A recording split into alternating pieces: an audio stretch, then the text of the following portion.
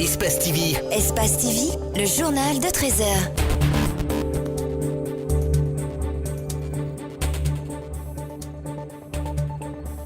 Il est 13h, ravi d'être avec vous sur Espace TV. Voici les principaux titres de l'actualité. Un homme voilé se déguise en femme, vous vous rendez compte, pour donner des fausses grossesses. Il est démasqué et arrêté par le service de lutte contre les crimes organisés. Mais déjà, ses victimes ont atteint une vingtaine. Mohamed Valek Touré sera là pour plus de détails.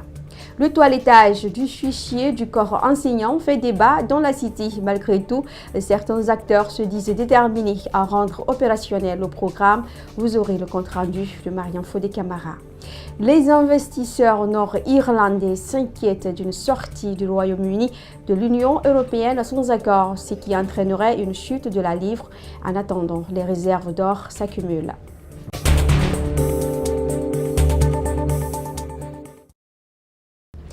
Et voilà, c'était tout pour les titres. Bienvenue à tous. Le nouveau maire de Matam veut aller en guerre contre l'occupation anarchique des emprises de la voie publique. Seydou Bassako, accompagné des membres du gouvernorat de Conakry, s'est rendu ce vendredi au grand marché de Bonfils, où plus de 1000 places sont offertes aux femmes pour exercer dans la sécurité leur commerce. Les responsables du dit marché ont salué cette initiative de l'élu de Matam et réitèrent leur engagement à accompagner les femmes qui se battent pour la survie de leur famille. Amadou Ribari. Malgré les séries de campagnes, les femmes vendeuses et autres marchands boudent les intérieurs des marchés pour occuper la chaussée destinée aux usagers. Celui qui vient d'être porté à la tête de la mairie de Matam veut relever ce défi dans sa commune, celui d'enlever ces femmes dans la rue pour rejoindre ce marché moderne. Personnellement, c'est ma première fois de mettre pied dans ce marché, mais ce que je vois, c'est à encourager.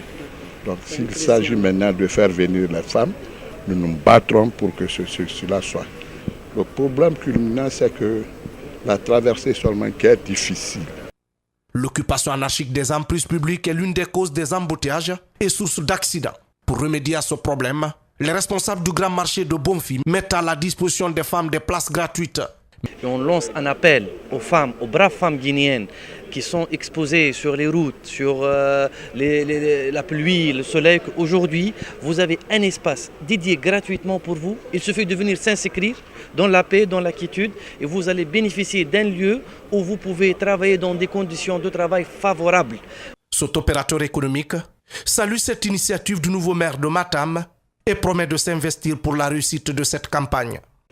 En tout cas, moi je dirais au président, parce qu'on ne peut pas être à côté d'un chef de l'État et savoir ses acquis pareils sans l'avertir. On peut dire merci au professeur Alpha Condé et merci aujourd'hui. Le devoir, c'est d'arrêter tous les petits marchés qui sont en train de se alentour pour sauvegarder la vie des Guinéens. Des responsables de femmes promettent de convaincre leurs consoeurs à quitter les rues pour rejoindre ce marché moderne qui offre sécurité et propriété aux marchands.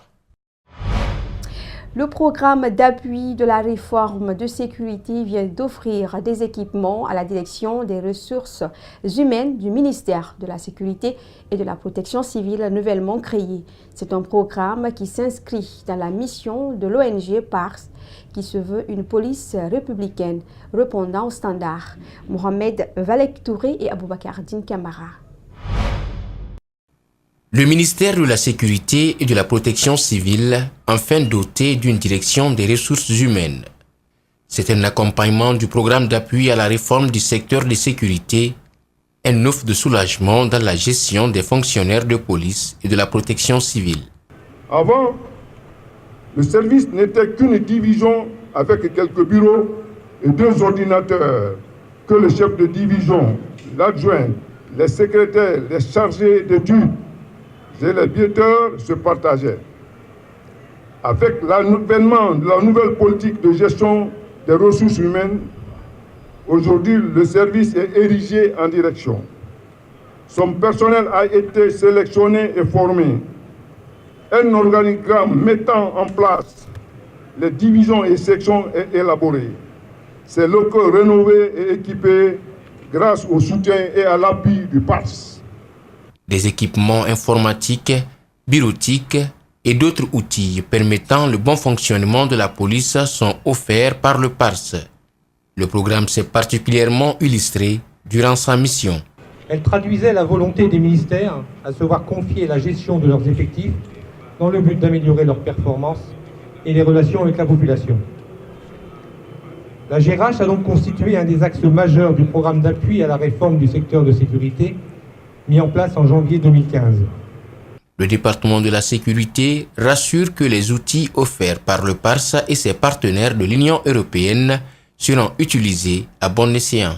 Ce que vous nous avez donné ici, comme méthode, comme procédure et enseignement, sera utilisé dans l'intérêt du service public. Pendant ces 4 ans d'exercice en Guinée, le PARS a initié des sessions de formation pour les forces de sécurité dans le cadre du renforcement de leurs capacités opérationnelles. Et comme je vous l'annonçais dans les titres, les services spéciaux de lutte contre le grand banditisme et de crimes organisés viennent de mettre le grappin sur un présumé donneur de fausses grossesses. Plus de 20 femmes ont été ses victimes. Le présumé donneur de grossesse a reconnu les faits qui lui sont reprochés. Mohamed Valek Touré et Aboubakar Din Kamara. Après Nafanta, un autre donneur de fausses grossesses vient d'être arrêté par les services du colonel Moussa Keboro Kamara. Collier a été arrêté à son domicile à Kiroti, qu'il avait transformé en clinique et administrait aux femmes infertiles ses produits. Il se fait faisseur de grossesse des femmes en difficulté de procréer. Donc, il administrait des produits, en particulier les produits qu'on appelle projectérol, n'est-ce pas, qui, au lieu que les femmes tombent en panne, créaient d'autres complications.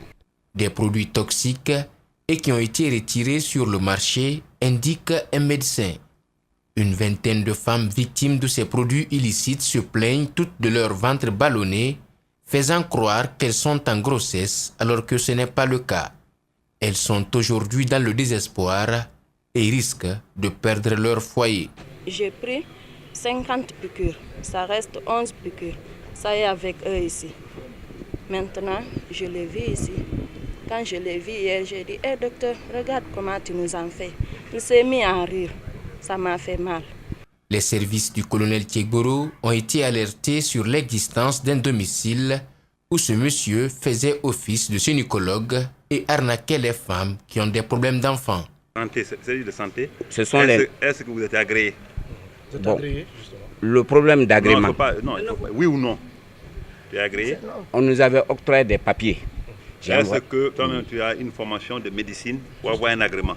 Bon, la formation de médecine, je n'ai que l'attestation. Ces gens comme ça, on va les dénicher partout où ils sont. Et nous profitons de tendre la main encore, une main franche encore aux citoyens, sans lesquels on ne peut rien faire.